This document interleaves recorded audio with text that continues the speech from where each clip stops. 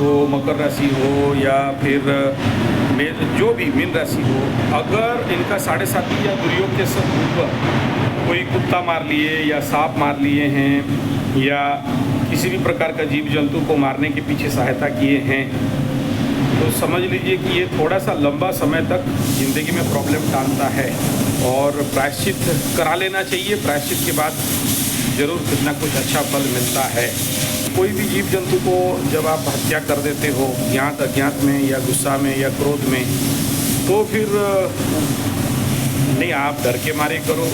अब देखो, एक कुंभ राशि वाला का हिस्ट्री बताता हूँ। एक कुत्ता का 4 पैर काट लिया 7:30 से पहले, और उसका प्रॉब्लम यहाँ तक हुआ कि 50 लाख का पूरा फैक्ट्री बंद हो। ठीक है, ऐसे एक मकर राशि का बात कर रहा हूँ। उससे पहले कुत्ता को मतलब एयर पिस्टल से फायर कर दिया था। उसके बाद उसका बम्बू चला 3.5 साल 4 साल तक उसका बम्बू चलता ही रहा। कोर्ट कचहरी माली मकदमा मान सम्मान कहानी और 7.5 का मार शुरू हो गया। ऐसे में बहुत से लोगों को देखा हूँ। एक जैसे आप सांप का मारने का बात कर रहे हो, ऐसे ही एक मीन राशि वाला अपना सांप मारा था 7.5 से पहले, और उसका तो लिटिगेशन अभी तक उतरा ही नहीं, चल रहा है। ठीक है, तो ऐसे बहुत से देखा हूँ 7.5 से पहले या जीवन में खराब समय आने से पहले ऐसे कोई ना कोई उसके माध्यम से पाप का घड़ा फूल होने के लिए, मतलब ग्रहों के माध्यम से कोई कौवा मार दिया, कोई चिड़िया मार दिया, कोई बकरा मार के खा गया।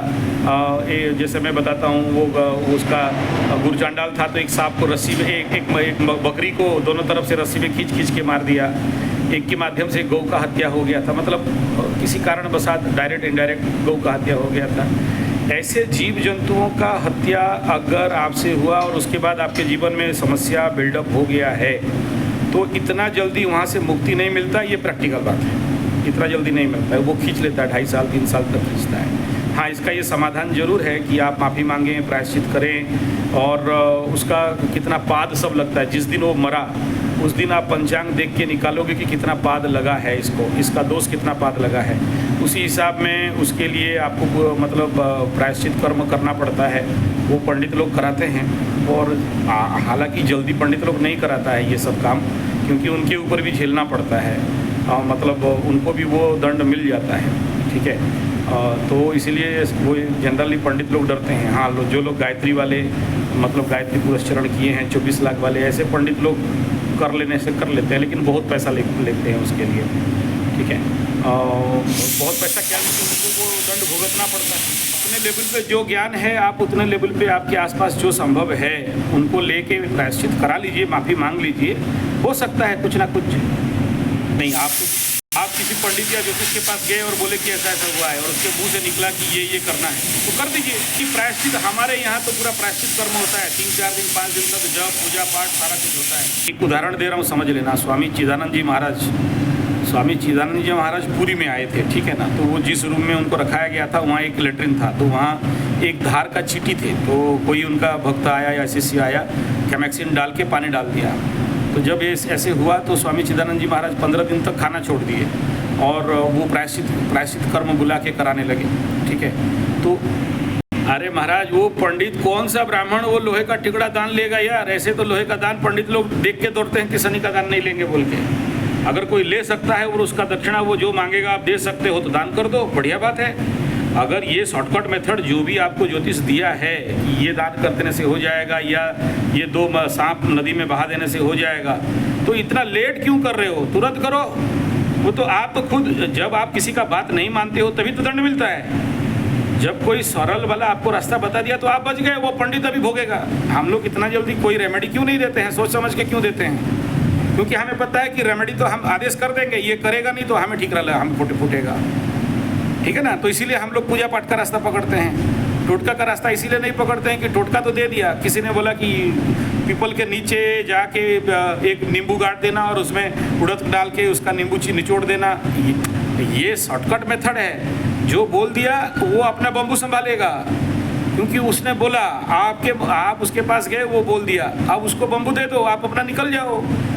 आप लेट क्यों कर रहे हो? फिर आप हमें पूछोगे कि हम क्या करेंगे? भाई हम तो बोलेंगे कि प्रायश्चित कर्म है, ये पूजा करना पड़ेगा। मेरे को भी तो बचाऊंगा।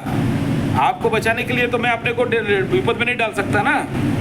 एक ऑलरेडी बोल दिया ना, आप नहीं समझे। जब भी आप किसी ज्योतिष के पास जाते हो, वो बोल दिया तो पहले वो करो, उसके बाद फिर मेरे को पूछो कि आप क्या कर सकते हैं। मैं तो सब कुछ कर सकता हूँ, मैं तो आग मुंह में भी ले सकता हूँ, लेकिन पहले जो बोला वो नहीं किए, फिर आप मेरे को पूछ रहे तो मैं क्या बताऊँगा आपको। बात नहीं, यूट्यूब में भी कोई अगर ऐसा टोटका बताता है तो उसी के सिर पर ठीकरा फूटेगा, क्योंकि आप उसे सुन के किए, उसने वो ज्ञान दिया। तो अगर आपको लगा कि ये करना है तो क्या करना है, तो साफ पानी में बहा देना है, बहा दो, इतना लेट क्यों है। लेकिन आप हमें पूछोगे तो हम ऐसे आदेश नहीं देंगे, हम बोलेंगे कि इसका उपवास करिए, उसका मंत्र जाप करिए, उसका प्रायश्चित कर्म करिए, हो सकता है उसका मुक्ति के लिए काम करिए। मेरा प्रोसेस ये है, ठीक है ना। मैं क्या क्या कर सकता हूँ, मतलब मैं सब कुछ कर सकता हूँ, ठीक है ना। आप मेरे को, आप सुनो महाराज, मेरा बात सुनो। आप जब मेरे शरण में कोई यजमान आता है, भगवान मैं ऐसा समस्या में हूँ और क्या कर सकते हो, बोला मैं ये कर सकता हूँ कि आपके लिए प्रार्थना कर सकता हूँ, आपके लिए दिया जला सकता हूँ, आपके लिए हवन कर सकता हूँ, आपके लिए मंत्र पुरस्चरण कर सकता हूँ, तो सब कुछ कर सकते हैं। आप उसका चिंता मत करिए। जब भी मुझे कोई कुंडली दिखाता है, मैं हर दिन उसके लिए पाठ करता हूँ।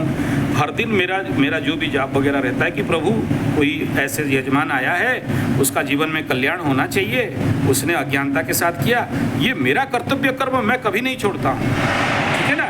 क्योंकि आपसे दक्षिणा लिया हूँ तो ये मेरा कर्तव्य है कि मुझे ये करना है। आप बेफिक्र रहिए, मेरे तरफ से कोई कमी नहीं रहेगा, ठीक है ना।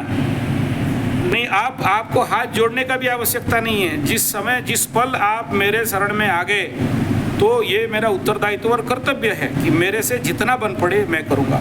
बाकी आपका कर्म का ठीकरा कितना बड़ा है, आपके कर्म का पहाड़ कितना बड़ा है, वो तो आपके हाथ में है। मैं किसी का भाग्य विधाता तो नहीं हूँ, है कि नहीं। मैं एक ज्योतिष हूँ, मैं एक भगवान का लैंग्वेज को ट्रांसलेट करके आपको बताता हूँ। आपका कर्म का जिम्मेदारी तो मेरा नहीं है, लेकिन क्योंकि एक पंडित के शरण में आए हो, ये मेरा कर्तव्य है, तो मैं अपना कर्तव्य बाखूबी निभाता हूँ, बढ़िया से निभाता हूँ। जब आप ये कहते हो कि नहीं गुरुदेव मेरे लिए पर्सनल कर दो, ठीक है पर्सनल कर देंगे।